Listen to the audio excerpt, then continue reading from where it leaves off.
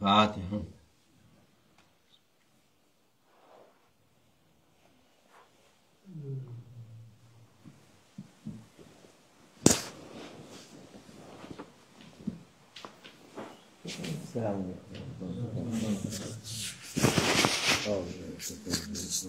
والصلاة والسلام على رسولنا محمد سيد الأولين والآخرين مدد يا رسول الله مدد يا سادات أصحاب رسول مدد يا مشاهد الدستور مولا شاء الله فاز أصحاب محمد نعم حقان مدد طريقتنا الصحبة والخير في الجميع بسم الله الرحمن الرحيم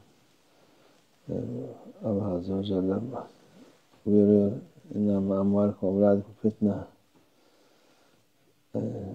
malınız, çocuğunuz, çoluğunuz size imtihandır diyor Allah Azze ve Celle. Onlar emanettir. Onları Allah yolunda olanlar olsun diye uğraşın. Allah yolunda büyütün.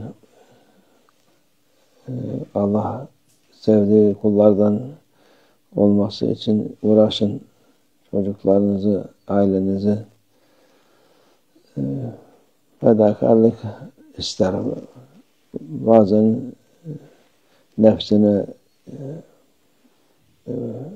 beğenip Allah'ın dediğini yapman lazım.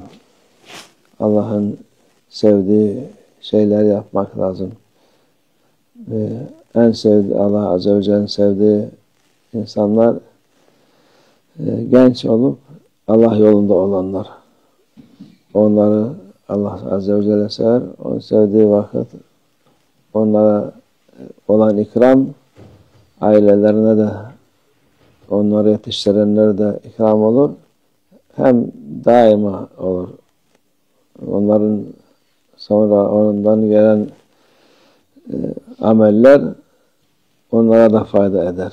İnsanoğlunun defter ameli kapanır diye öldüğü vakit 3 şeyden hariç hiçbir şey olmaz. Yani bir sevap almaz insan. Birisi hayırlı evlat yetiştirip o yolda Allah yolunda olan o sevabı o da kazanmış olur. Bir de ilim öğretip o ilim devam ettiği vakit o kadar hepsinin sevabını o da alır. Bir de hayırlı iş yapar, cami yapar, çeşme yapar, ev yapar, şey yapar. Yani bunlar yapılan şeyler sevabı olur. En mühimi de hayırlı evlat yetiştirince o hem kendisine faydası olur. Hayırlı evlat hem dünyada yaşarken de faydalı olur. Senden sonra da onun faydası daim olur.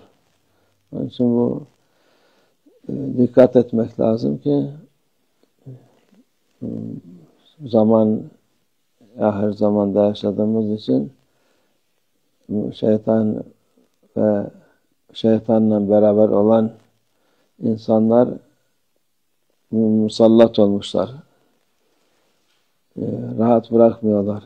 Zaten çocuk nefsi var. Onu da şey yapar. İstedikleri var.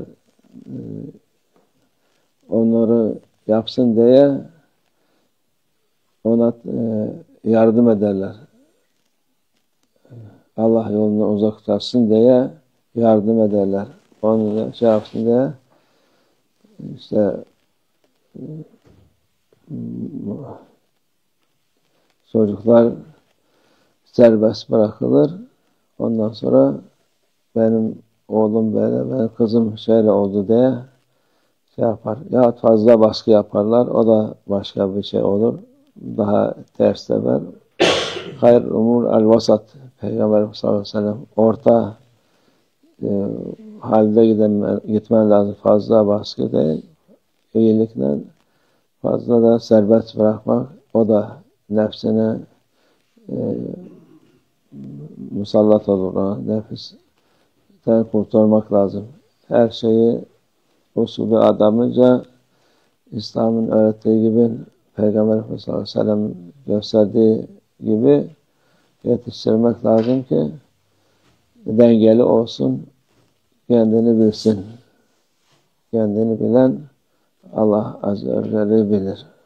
Men arife nefsi fakat arife Rabbah der Muhiddin Arabi Hazretleri. Kendini bilen Allah Azze ve Celle'yi bilir. Kendini bilmeyen hiçbir şey bilmez. Bütün diplomalar fayda etmez. Hiçbir şey işe yaramaz. Aldım işte şu kadar yüksek okudum, o kadar alçak okudum diye övünerse insan Allah Azze ve Celle bilmedikten sonra hiçbir şey bilmemiş, boşuna harcamış hayatını, eziyet çekmiş. Allah muhafaza etsin. Allah çoluğumu hepimizi korusun, nefsin şeytan şerrinden. Amin. Vallahi tevfik. El Fatiha.